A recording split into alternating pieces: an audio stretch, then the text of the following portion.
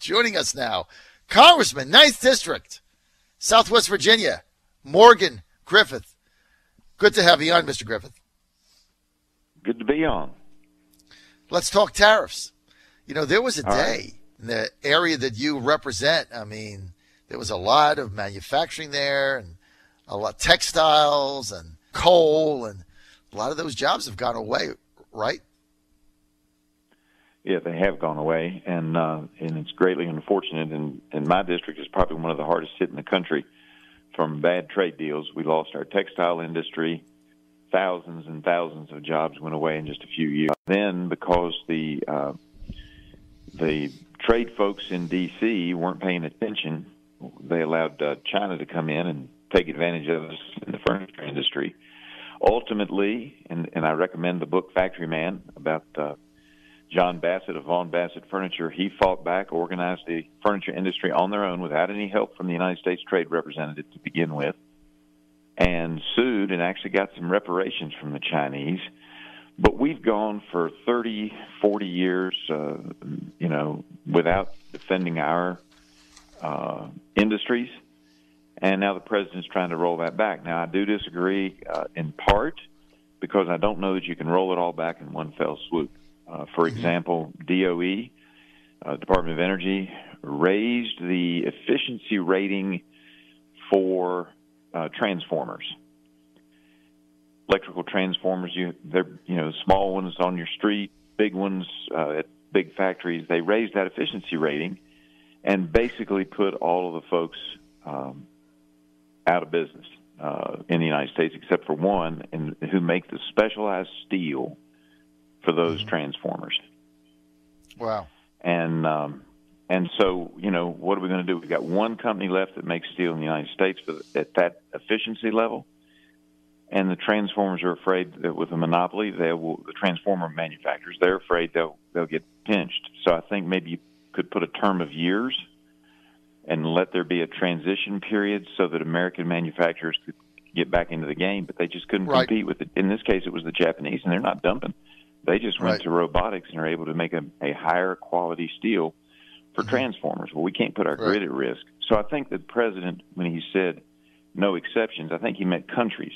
I think what we have to look at is certain industries where we already hurt ourselves so bad that we can't recover in 3 or 4 months. We may need a term of years for some specialized steels like that. I think you're spot on. I don't think I know that is exactly what the president meant when he said no exceptions. He says we're not going to cherry pick countries. Like there's been a mantra out there that says, Canada's our ally, they're our friend, let them off the hook. Germany's our friend, let them off the hook. And the president said, no, we're not going to cherry pick countries because then it has no teeth. But I think when you talk about specific industries and specific products, that's a little bit different. And I think the president would be open and willing to look at that. So there's a movement in the House of Representatives with your own party, the Republican Party, to initiate, I'm going to say this calmly so I don't go crazy over it, to initiate legislation that would restrict President Trump from having the authority to fast-track tariffs, as he's attempting to do.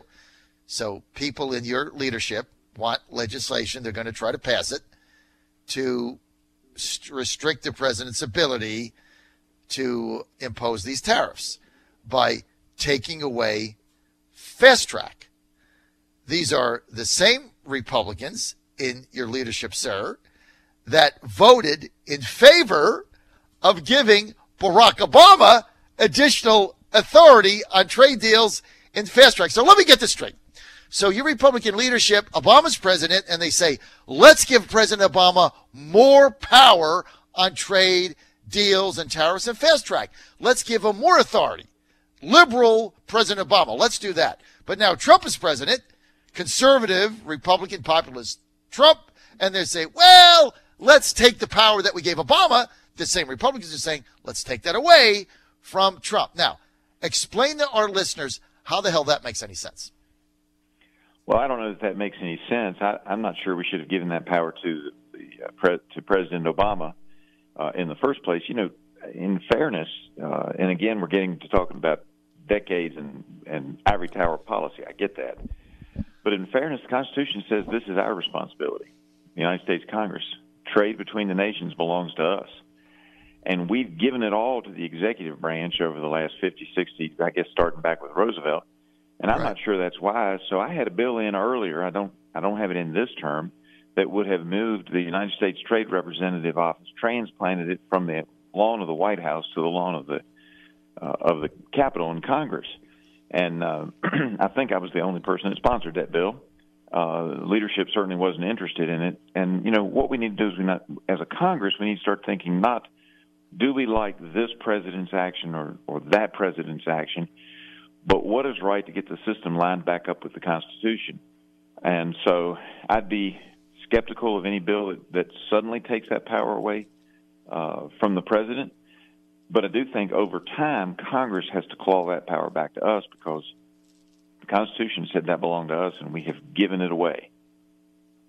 All right, so I get the big picture, right? And technically, in a classroom debate format, I would have no quarrel with what you're saying.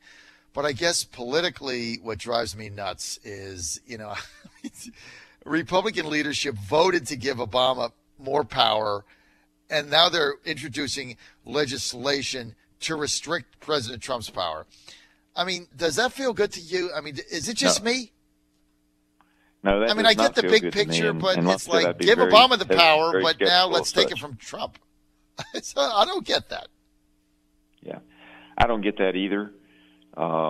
If they suddenly came to me and said, Morgan, we kind of like your idea of moving the U.S. Trade Representative back to Congress, then I would think that they were, looking at the big picture. They're clearly looking at the small picture, and we need to work with the president to reach a solution, but we have to realize that our job is to protect American jobs. Our job is to look out for the American worker. And in that book I mentioned earlier, Factory Man, there's an exchange. I need to get you a copy of that. I got it. There's an exchange. You got it, between Mr. Bassett and a person at the USTR, the U.S. Trade Representative's office, where they keep talking about, well, Turkey won't like this or this country won't like that. And he said, wait a minute, I thought you were working for us. And unfortunately, that's been the problem in the swamp, is that everybody is worried about what other countries think, and they haven't looked out for the American worker. Well, that's the bottom line, and I think that's what the president is attempting to do. So, Congressman, can we talk a little politics, right? Because Sure. I love talking just raw politics with you because you're very, very astute, and you've really taught me a lot since we met. And remember that conversation we had at what was that diner in Salem? What was that called? The Mill Mountain Coffee.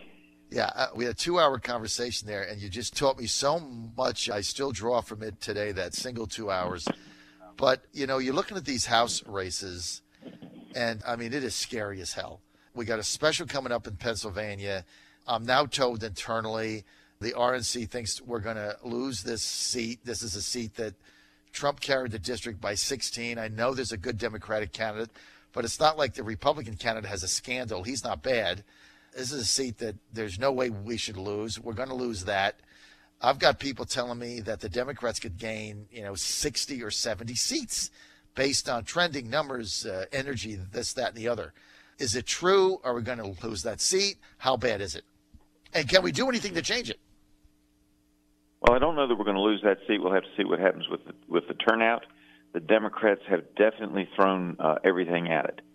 The difference in the fall, and of course, what you have to realize in that seat is the lines have changed, and whoever wins will be running in a completely different district in November. And what's going to happen in November, instead of having one race to concentrate on or one state to concentrate on, as they did in the November elections in Virginia, the Democrats have to play the whole field. They're going to be looking at the nation as a whole. I think that you will see a lot of differences there. Now, look, I don't want to lose Pennsylvania, and it's possible, but I think we can still pull that out. But I don't think that we're going to lose 50, 60 seats. Now, the question is, how close do we get to losing the majority? We will lose some. Every race is going to be important. It's important for everybody to turn out. There's no question there's huge energy on the other side, but I was reading an op-ed today where they were talking about how the Democrats are moving so far to the left, and the people who are doing it are these resistance folks and so forth. And they said, the problem is they actually think they're mainstream, and they're not. They're just like the Democrat elites. They are not representing the hardworking American factory worker who for years was the base of the Democrat Party. And it said that this editorial was from the Democrat side, said they missed that in 2016. It cost them the presidency. I think they're missing it again. And I think as a result of that, they're going to nominate some candidates who can't win in a particular district. And as a result of their own internal dysfunction and thinking that everybody wants, welfare for all and that climate change is the number one issue on the voters' minds, I think that they will not get control. But stay tuned. It's a long way from here to November. Congressman, how many seats do the Democrats have to win in order to seize the speakership? I don't remember the number, but it's I want to say it's around 30. Around 30 seats. And so the goal here really, because you're going to lose 20 plus. I mean, there's a lot of these seats are just gone because of their retirements. So what you're saying is the goal is here just to hang on and get through this wave, right? I think that's right. I mean, look, and we all have to get out and work. There's not a candidate out there. It doesn't matter whether you're, in a solid district like mine or a more marginal district. Every one of us has to get out and work hard because they're going to be looking for anybody who's asleep at the switch, and they're going to go after them. But if we all get out and we work, which I believe those who are not retiring will do, we should be able to hold the House. All right. And the Senate, you've got a little better prospects in the Senate, right? Because I actually think we may pick up seats in the Senate. You may pick just up based on the nature of who's up for election and the candidates that. I mean, look, we're not going to win the California seat, but the fact that Dianne Feinstein is having a hard time because the Democrats think she's too conservative, that tells you what's happening in the National Democrat Party. And I think that we will gain seats in the Senate. There's a couple seats right off the bat. You're in pretty good shape. What about the West Virginia seat? Can you guys beat Manchin? We can. Close. Now Manchin's doing a good. He's playing a good game right now. Yeah. Siding with the president on a number of things, appearing to be more moderate. Right. And our job, once we get through the nomination process, will be to remind the voters of West Virginia that until it was election year, Manchin was okay, but he still sided more often with the Democrats than West Virginia would have wanted him to, and the Democrat leadership. Yeah. So we've got to remind him of that, and it's going to be a tough race. He's not going to go down easy, but he can be beaten. Well, probably the best prospect pickups are, I guess, North Dakota. I know the Republicans have recruited a really good candidate there to go up against Heidi Heitkamp. But even that senator has gone more to the middle, and, she's been on Air Force One. She's tried to talk to the president. Claire McCaskill, same thing, although she's quite liberal. It's kind of funny to watch her siding now with the president on some stuff, tariffs being one of them. I find that interesting. And then you've got the gentleman in Montana, right, John Tester, who, again, they during non-elections, they side with the Democrats down the line, and then all of a sudden they moderate their views. But all of those seats are seats that the Republicans certainly can't pick up, right? I agree with that. And, the Democrats are going to have to decide where they're going to spend their money. Are they going to come after every Republican House seat, or are they going to try to hold on to a few seats in the Senate? It'll be interesting to see what they decide. All right, we're out of time. I want to thank Morgan Griffith for being with us. Thank you, sir, so much. Always good to have you on to get your perspective. Morgan Griffith predicting that the Republicans can hold the House. So if you had to predict the race in Pennsylvania right now, just make a prediction. I predict that we surprise them and win by about a half a point. I'm going to go with you on that. Democrats are telling me they're going to win the seat. Some polls have them up by 5. But the Trump voter has been underestimated and underpolled since the primaries. Every primary that I was in, every poll we had told us we were going to lose, and we won all of them. In fact, you know this for a fact, on Super Tuesday when I was in Salem doing my show there, all the polling had Rubio up by 7-10 in Virginia, and we beat him by 5. There was a 12-point swing, and I told the president that day at Radford we were going to Cary, Virginia. So the Trump voter is always underpolled, and so I'm with you on that. I think the Republicans win that seat, and then we'll see what the legacy media has to say about that.